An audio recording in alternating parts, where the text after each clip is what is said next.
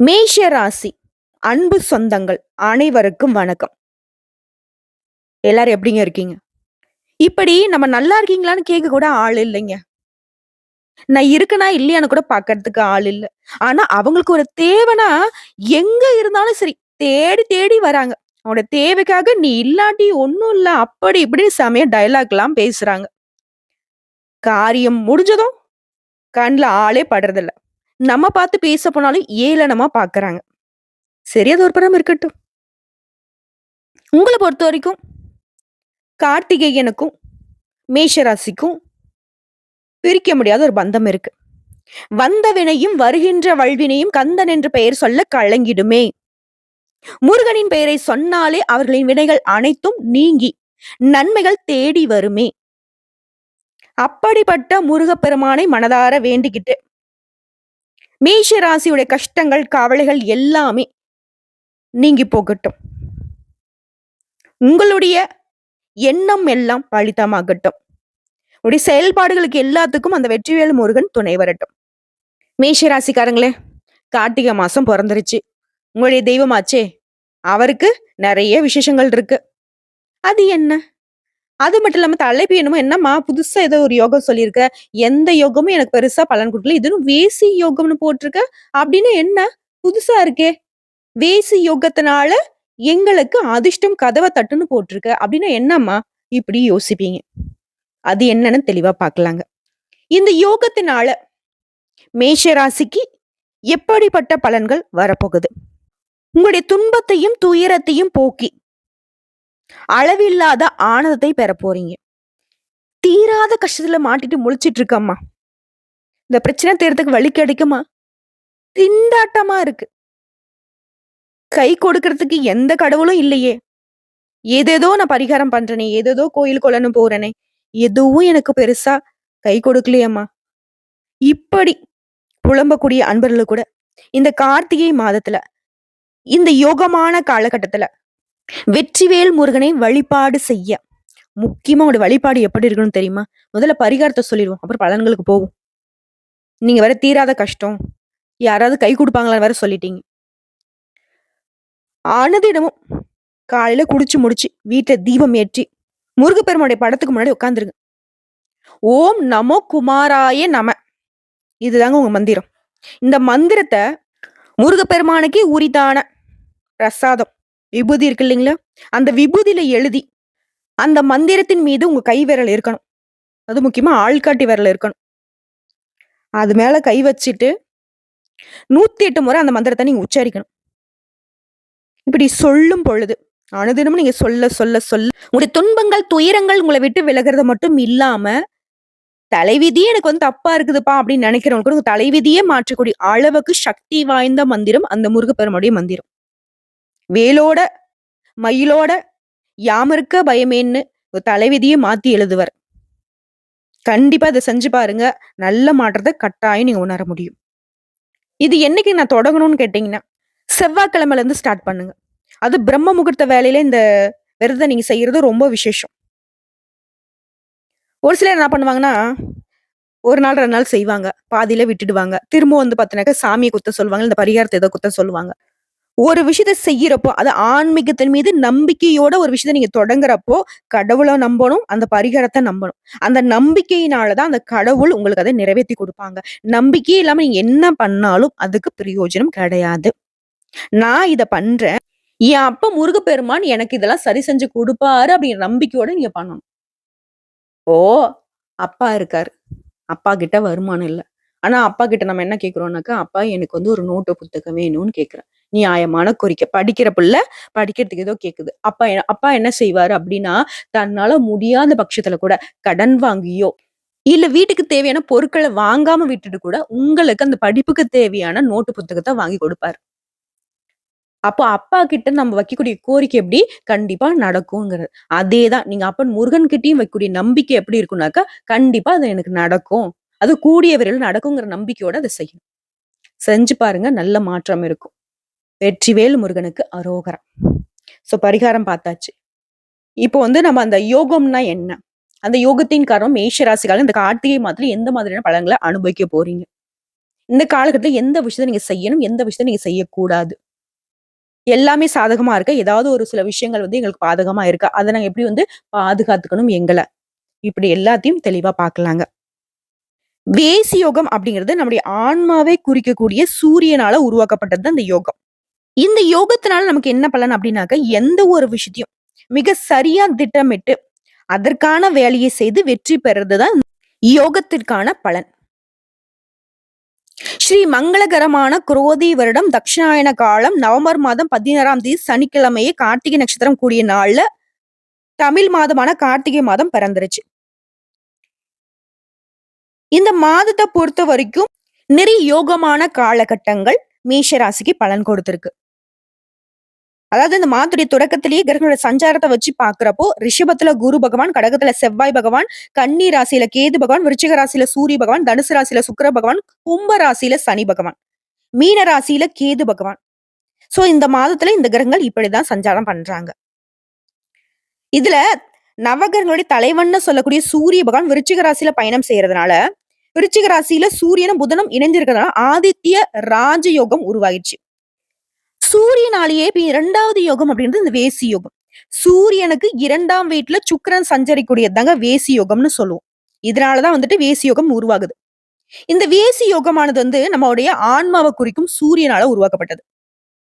ஒருத்தவங்களுடைய அந்த பிறப்பு ஜாதக கட்டத்துல சூரியன் இருக்கக்கூடிய ராசிக்கு அடுத்த ராசியான 2ஆம் வீட்ல சந்திரன், ராகு, கேது இந்த 3 கிரகங்களுடைய சஞ்சாரத்த மட்டும் தவிர்த்துட்டு, வேறு எந்த கிரகங்கள் இருந்தாலும் சரி, ஒரு கிரகமா இருக்கட்டும், இல்ல ஒட்டுமொத்த கிரகம் இருந்தாலும் சரி, அந்த ஜாதகக்காருக்கு வேசி யோகம் உண்டாயிருக்குன்னு நம்ம சொல்லுவோம். இப்படி இந்த யோகம் இருக்கிறவங்க, ஒரு சிலர் நீங்க சொல்ல கேள்விப்படுங்க. எப்பேர்ப்பட்ட பிரச்சனை வந்தா கரெக்ட்டா அதுலருந்து வந்துட்டு பிளான் பண்ணி வெளிய வந்துர்றான்ப்பா. இவன எப்படி மாட்டி விட்டாலும் தப்பிச்சர்றான்ப்பா. இந்த ஸ்கூல் டேஸ்ல கூட வந்து பாத்தீங்கன்னா, ஒரு சில பிள்ளைகள் வந்து பாத்தீங்கன்னா படிக்கவே மாட்டாங்க. ஆனா கரெக்ட்டா அந்த எக்ஸாம்ல வந்து பாஸ் பண்ணிடுவாங்க. படிக்காமலே வந்துட்டு கிளாஸ்க்கு வருவாங்க. ஆனா அந்த சார் கிட்ட வந்து அடி வாங்காம தப்பிச்சிருவாங்க. அதே மாரி எக்ஸாம்ஸும் எழுதிருவாங்க. சோ அந்த மாதிரின்னு வச்சுக்கோங்களேன். அப்படி எந்த ஒரு செயலையும் திட்டமிட்டு, அதற்கான வேலைய கரெக்ட்டா பார்த்து ஸ்மார்ட் ஒர்க் பண்ணி, அதுல வந்து வெற்றி பெற்றுருவாங்க. இதுதான் எக்ஸாம்பிள் ஃபார் வேசி யோகம்.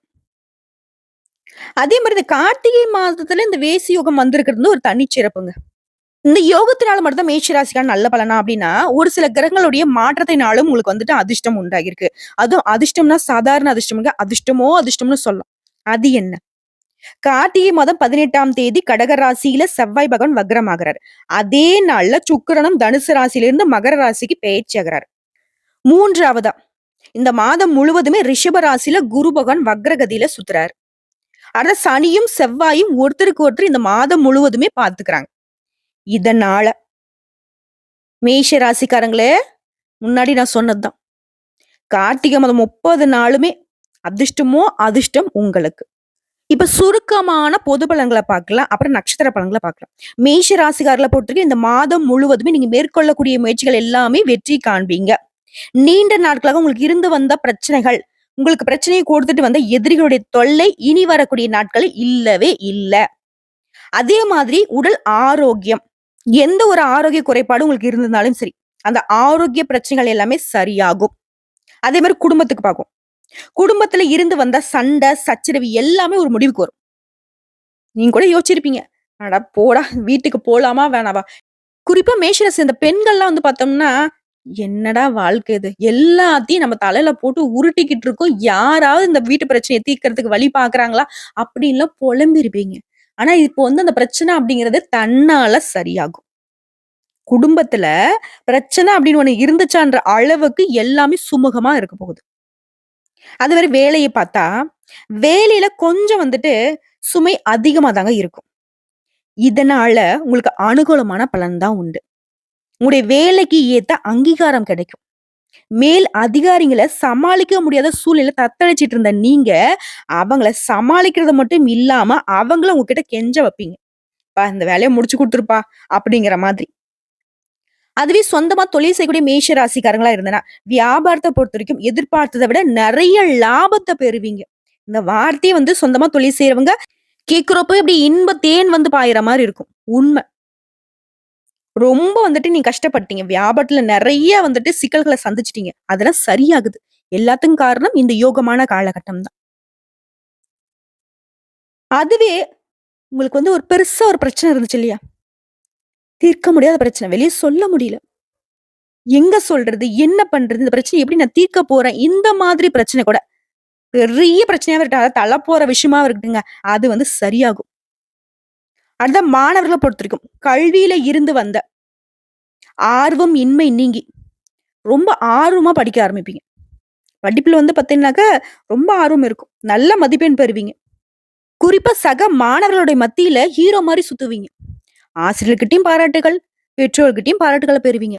போட்டித் தேர்வு எழுதுறவங்களுக்கெல்லாம் சாதகமான காலகட்டம். அரசாங்க தேர்வு எழுதிட்டு காத்துட்டு இருக்கீங்களா? ரிசல்ட் உங்க பக்கம் தான். அரசு வேலை உறுதி.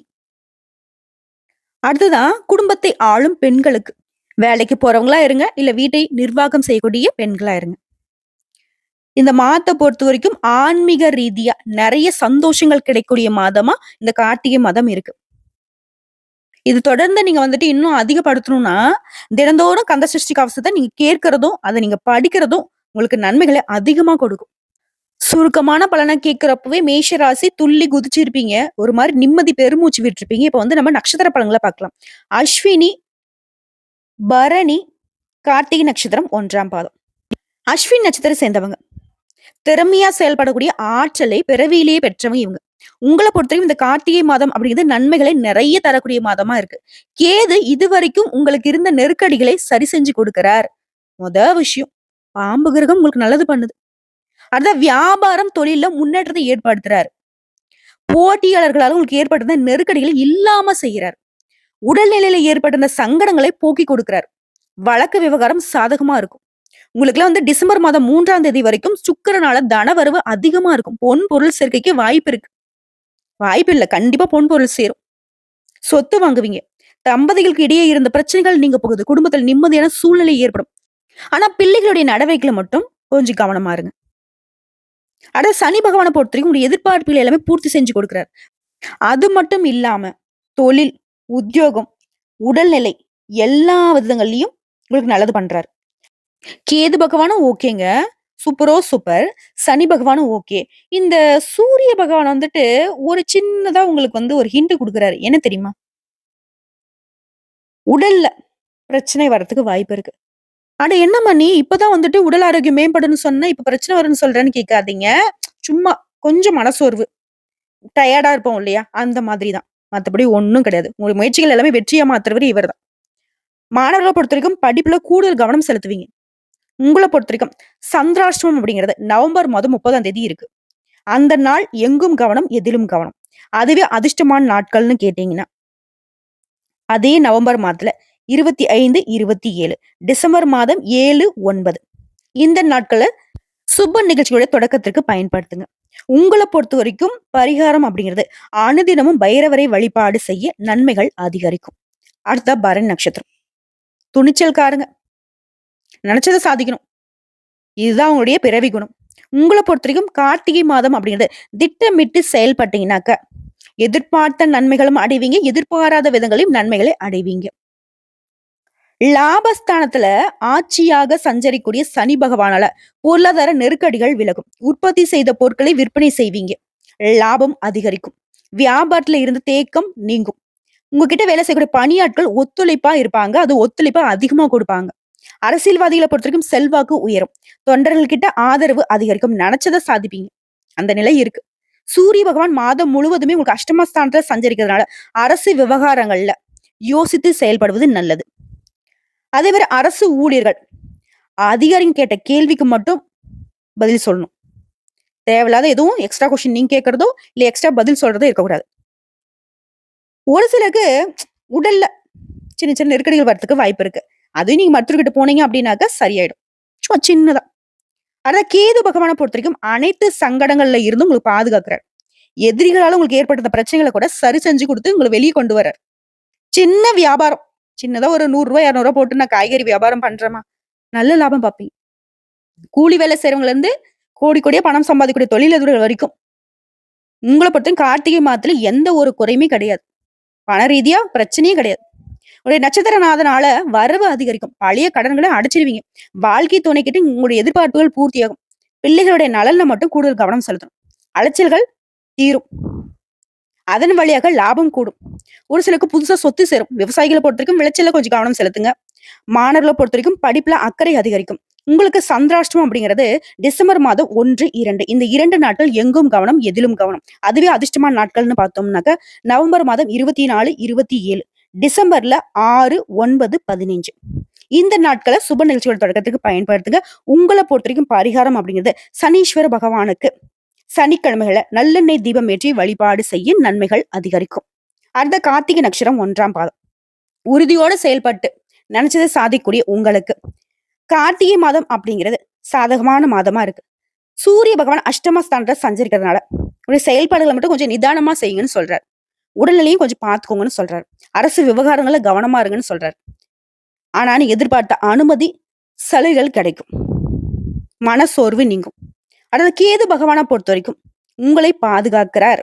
சூரிய பகவான் கொஞ்சம் அப்படி இப்படி இருந்தாலும் கேது பகவான் வந்து குறுக்க இந்த கௌஷிக் வந்தா அப்படிங்கிற மாதிரி வந்து நிக்கிறார். யாரா நீ? நீ அப்படி எனக்கு நல்லது பண்ற அப்படின்னு நீங்க யோசிக்கக்கூடிய அளவுக்கு நல்லது பண்றார். உங்கள எல்லா வேலையுமே எடுத்த காரியத்தை கடகடான்னு முடிக்கிறதுக்கு உதவி செய்யறாரு. தடைகளை நீக்கி வைக்கிறாரு. தொழில இருந்த போட்டியை வந்து சரி செஞ்சு கொடுக்குறாரு. தொழில இருந்த நெருக்கடியே மாத்துறாரு. வழக்கு விவகாரத்தை உங்களுக்கு சாதகமான முடிவு கொண்டு வராரு. சனி பகவான் உங்களுடைய வரவை வந்து அதிகரிச்சு கொடுக்குறாரு. இதனால எந்த ஒரு விஷயம் துணிச்சலா செயல்படுவீங்க. வியாபாரத்துல முன்னேற்றம் அடைவீங்க. உங்ககிட்ட வேலை பார்க்கக்கூடிய ஊழியர்களும் ஒத்துழைப்பா இருப்பாங்க. நீங்க ஒரு இடத்துல வேலை செய்றீங்க அப்படின்னாக்க, அந்த இடத்துல உங்களுக்கு வந்து ஆதரவாளர்கள் அதிகமா இருப்பாங்க. சுக்கிரனும் உங்களுக்கு சாதகமா நம்மள சஞ்சரிக்கிறதுனால, குடும்பத்துல இருந்த நெருக்கடிகள் விலகப் போகுது. கணவன் மனைவிக்கிடையே ஒற்றுமை அதிகரிக்கும். பொன் பொருள் சேர்க்கைக்கு வாய்ப்பு இருக்கு. புதுசா இடம் வாங்குவீங்க, வீடு வாங்குவீங்க. பத்திரப்பதிவுலாம் நல்லபடியா செஞ்சு முடிப்பீங்க. கலைஞர்களை பொறுத்தவரைக்கும் புதிய ஒப்பந்தங்கள் கிடைக்கும். அரசியல்வாதிகளுக்கு செல்வாக்கு உயரும். ஒரு சிலருக்கு வந்து பாத்தீங்கன்னாக்கா புதிய பதவி கிடைக்கும். மாணவர்களை பொறுத்தவரைக்கும் படிப்புல கவனமா இருக்கணும். நட்பு விஷயத்திலும் எச்சரிக்கையா இருக்கணும். இதை மட்டும் செஞ்சுட்டா போதும். நல்லதுதான் உங்களுக்கு. படிப்பு விஷயத்துல எந்த குறையும் இல்ல. பழக்க வழக்கத்துல மட்டும் கொஞ்சம் பார்த்து இருந்துக்கோங்க. உங்களை பொறுத்தவரைக்கும் சந்திராஷ்டமம் அப்படிங்கிறது டிசம்பர் 2. அந்த ஒரு நாள் எங்கும் கவனம், எதிலும் கவனம். அதுவே அதிர்ஷ்டமான நாளுன்னு பார்த்தோம்னாக்க நவம்பர் மாதத்துல 27, 28, டிசம்பர் மாதம் 1, 9, 10 இந்த நாட்கள் நீங்க செய்யக்கூடிய வேலைகள் பல மடங்கு நன்மையில கொண்டு முடியும். சுப நிகழ்ச்சிகள் தொடக்கத்துக்கு இந்த நாளை பயன்படுத்துங்க. உங்களை பொறுத்தவரைக்கும் பரிகாரம் அப்படிங்கிறது அனுதினமும் சூரிய பகவானை நமஸ்காரம் செய்வதனால நடக்கிறது எல்லாமே உங்களுக்கு நல்லதாவே நடக்கும். இப்ப வந்து மேஷ ராசிக்காரங்க நினைச்சிருப்பீங்க, அடடா ரொம்ப நல்லா இருக்குப்பா. நிறைய உறவுகள் என்ன சொல்றீங்கன்னா, மா நடக்குதோ இல்லையோ நீ சொல்றது கேட்கறதுக்கு நல்லா இருக்குமா. நீங்க இந்த மாதிரி சொல்றப்போ நமக்கு என்ன தோணுதுன்னா, எந்த அளவுக்கு இவன் வந்து பாதிக்கப்பட்டிருப்பாங்க இப்படிதாங்க தோணும். சோ அந்த மாதிரி ஏதாவது வந்து கமெண்ட் பாக்ஸ்ல பதிவிடுறீங்க அப்படின்னாக்க, உங்களுடைய பெயரு உங்களுக்கு எந்த மாதிரி வேண்டுதல் இருக்குன்னு சொல்லி பதிவிடுங்க. உங்களுக்காக நான் கடவுள்கிட்ட நிச்சயமா வேண்டிக்கிறேன். ஆனா இந்த கார்த்திகை மாதம் அப்படிங்கிறது மேஷ ராசிக்கு நிச்சயமா நல்ல காலமா இருக்கு. உறுதியா சொல்றேன். 100க்கு 100% நல்ல காலமா கண்டிப்பா இருக்க போகுது. உங்களுடைய முருகப்பெருமானுடைய அருளாசினால நடக்கிறது எல்லாமே நல்லதாவே நடக்கட்டும். வந்த கஷ்டங்கள் மறையட்டும். வரக்கூடிய கஷ்டங்கள் விலகி ஓடட்டும். கடவுள்கள் மட்டும் உங்களுக்கு துணை வரட்டும். வாழ்க வளமோடு நலமோடு. நன்றி, வணக்கம்.